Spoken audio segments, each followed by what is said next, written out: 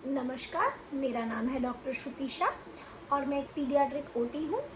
आज हम बात करेंगे types of sensory processing disorder के बारे में। कितने प्रकार के होते हैं सेंसरी प्रोसेसिंग डिसऑर्डर? तो सेंसरी प्रोसेसिंग डिसऑर्डर को मेनली 3 भाग में डिवाइड किया जाता है। पहला होता है सेंसरी मॉड्यूलेशन डिसऑर्डर, दूसरा रहता है सेंसरी डिस्क्रिमिनेशन डिसऑर्डर और तीसरा होता है सेंसरी बेस्ड मोटर प्रॉब्लम्स। आइए इनकी बात करते हैं। तो पहले बात करेंगे सेंसरी मॉड्यूलेशन डिसऑर्डर यानी कि एसएमडी के बारे में। इसमें 3 प्रकार होते हैं: हाइपर रिस्पॉन्सिविटी, हाइपो रिस्पॉन्सिविटी और सेंसरी सीकर। तो क्या होता है हाइपर रिस्पॉन्सिविटी? इस प्रॉब्लम में बच्चे का नर्वस सिस्टम इतना ओवर रिएक्टिंग होता है किसी भी स्टिम्युलस को कि बच्चे को हर छोटे से छोटा स्टिम्युलस भी एक्सीडिंगली फील होगा। इसका मतलब है कि नॉर्मली बच्चा अगर कदम ज़मीन पे रखेगा फिर भी उसे ऐसा लगेगा कि उसे सुई चुभ रही है।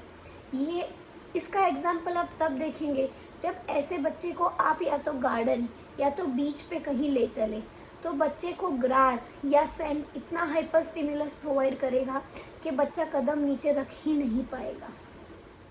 अब हाइपोसेंसिटिविटी में इससे उल्टा होता है। हाइपोसेंसिटिव बच्चे को बहुत ज़्यादा अमाउंट में स्टिम्युलस देने पे ही उसका नर्वस सिस्टम रिएक्ट करता है। इसका मतलब है कि अगर आप बच्चे को उसके नाम से बुलाएंगे, जैसे कि ऑडिटरी हाइपोसेंसिटिविटी है, तो अगर आप बच्चे को नाम से बुलाएंगे फिर भी आप जब तक बहुत ज़ोर से उसे नहीं पुकारेंगे तब तक वो अपने नाम को रिस्पॉन्ड नहीं करेगा। या ज़्यादा बड़े स्तर पे देखें तो अगर बच्चा गर्म पानी में हाथ डुबोएगा तो उसे ये गर्माहट इतनी जल्दी महसूस ही नहीं होगी और जब तक उसकी उंगली नहीं जल जाए। इसे बोलते हैं हाइपोसेंसिटिविटी। और तीसरा रहता है सेंसरी सीकर, जिसमें कि बच्चे को नर्वस सिस्टम नॉर्मलाइज रखने के लिए बहुत सारे सेंसरी स्टिमुलस की ज़रूरत पड़ती है।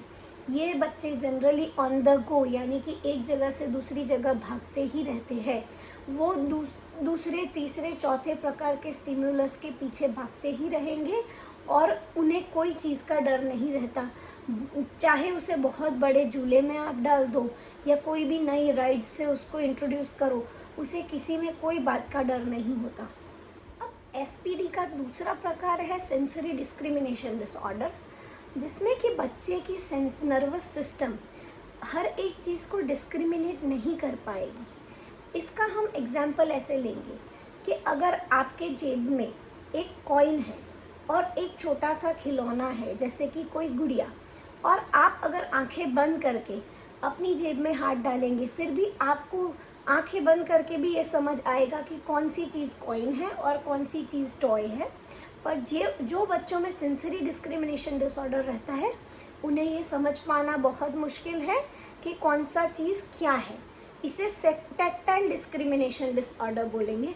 अब ये टाइप के डिस्क्रिमिनेटरी डिसऑर्डर हर सेंसरी सिस्टम में हो सकते हैं, जिसके वजह से बच्चे को अगर जीभ रिलेटेड यानी गस्टेटरी सेंसरी इशू है डिस्क्रिमिनेशन वाला, तो वो 2 टेस्ट को डिफरेंशिएट नहीं कर पाएगा।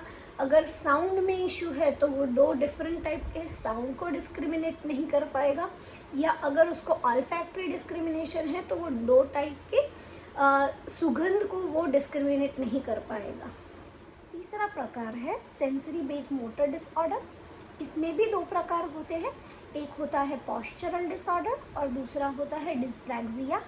अब पॉस्चरल डिसऑर्डर के बच्चे बहुत ही स्लाउची पॉस्चर दिखाते हैं। इनके बॉडी पोजीशन और उसका सेंस बहुत ही कम रहता है, इसीलिए ये बच्चे कहीं पे भी गिरते पड़ते रहते हैं। अगर आप उन्हें दरवाजे से गुजरता हुआ देखें फिर भी वो दरवाजे को टकरा जाएंगे, हालांकि उन्हें वो दिखता भी है और वो उसे सेंस भी कर पाते हैं, पर वो उसका जजमेंट उनकी बॉडी के हिसाब से नहीं ले पाते हैं। इसीलिए इसे पॉस्चरल डिसऑर्डर में रखा जाता है। अगर ये बच्चों को आप कोई भी चीज़ हैंडल करने को दे तो वो उसे गिराने के चांसेस ज़्यादा रहते हैं। इसे कहते हैं पॉस्चरल डिसऑर्डर। और दूसरा रहता है डिस्प्रैक्सिया। डिस्प्रैक्सिया यानी कि दिमाग की एबिलिटी, जो कोई भी टास्क पूरा करने में एक मोटर प्लानिंग की नीड होती है, बच्चे का दिमाग ये नहीं कर पाता है।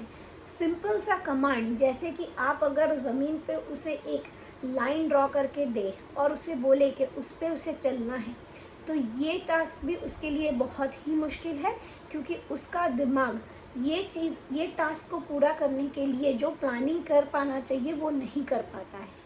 एसपीडी के लिए ज़्यादा जानकारी के लिए हमारे चैनल को सब्सक्राइब करें और हमारे अगले वीडियो का इंतज़ार करें। धन्यवाद।